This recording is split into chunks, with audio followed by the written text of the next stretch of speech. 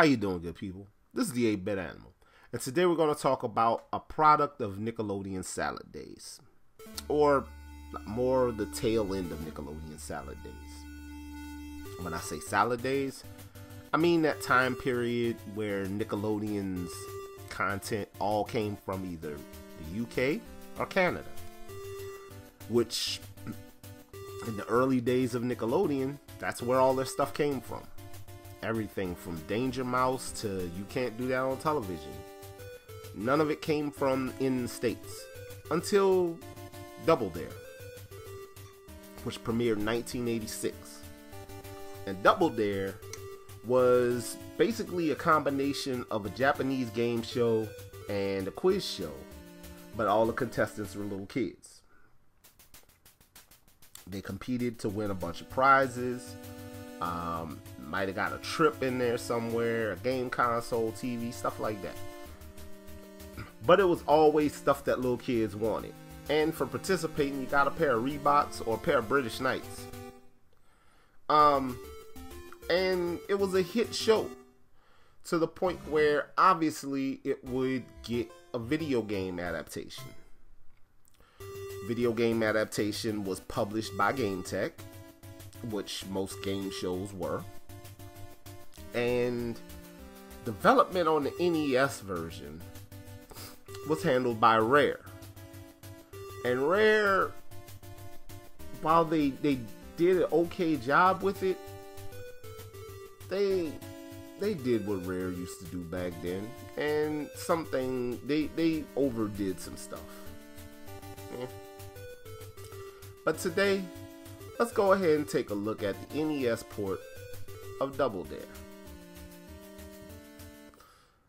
Now, this game has a couple of parts. Firstly, at the very beginning of the game, there's a physical challenge. Because you got to determine who gets control of the first question, right? No coin flip. We're going to play catch with this monkey or something. I don't know. Get the first question, and you're faced with 3 choices for answers, and then the option to dare your opponent to answer it. If you dare your opponent to answer it, they get posed with that same question, those same 3 choices, and the option to double dare you to answer it. Mind you, you dare somebody, the point value goes up. You double dare them, the point value goes up further. If they can't answer for when it's double dared, you either have to answer or take a physical challenge. There's no other option. You can't just take the L. And the physical challenges and obstacle courses are where this game kind of struggles.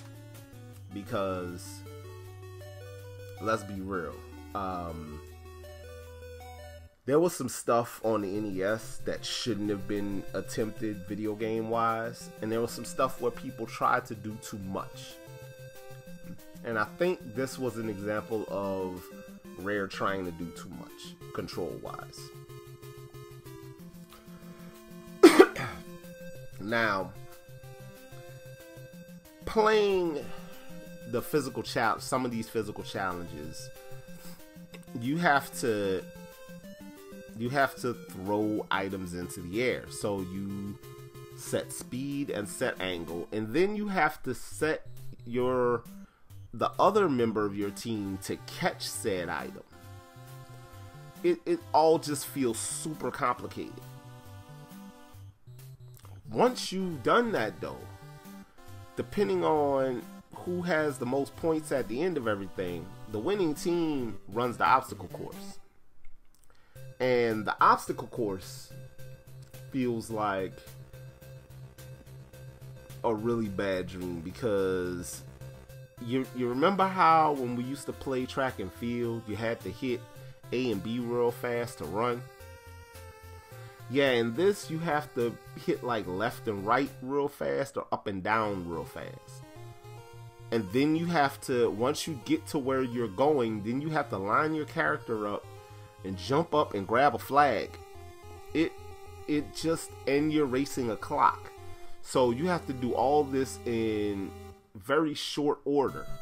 And you have to do it several times in order to beat the obstacle course at the end of the game.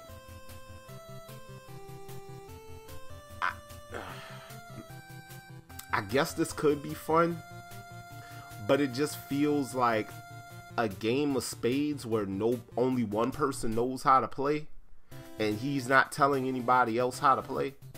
And so it just turns into a fight at the end of it. Nobody's happy, not even the one person that knows how to play spades. Just saying. Rare could have done a lot better with this, but I don't know, man. Rare was real hit or miss for a while there. And this was a miss. Now, if you decide you still want a copy of this, even after all that, first of all, bless you. Secondly, this I'm gonna say about $15 should be a fair price for a physical copy of a physical loose copy of Double Dare. Complete copies are kind of up there in price. I don't even understand why loose copies cost as much as they do. Because again, this ain't a great game. It's kind of cumbersome. Doesn't really feel fun. It's just not a great video game. But, you know, nostalgia is a hell of a drug. We've talked about that more than once now. And this is an example of that. This has been the 8-Bit Animal, and I'll catch you beautiful people tomorrow.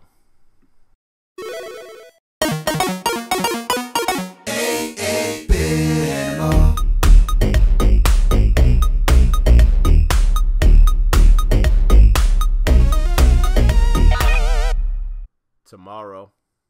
Wait, what did you just call that little kid?